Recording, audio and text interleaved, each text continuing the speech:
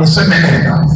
Haijalishi miaka, haijalishi muda, Bwana ndiye amebeba neno linalobadilisha majira na nyakati, linalobadilisha majira na nyakati.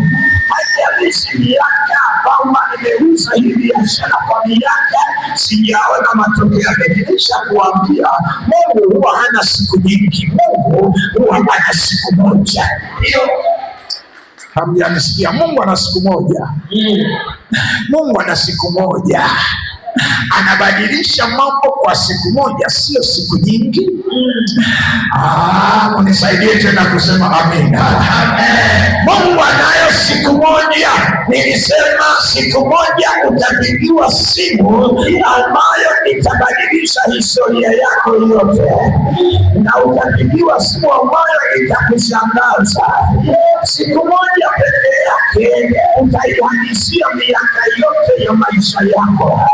Siku moja Mungu alinitokea nikiwa nimetoka kwenye baa nimelewa. Hiyo siku ndio imebadilisha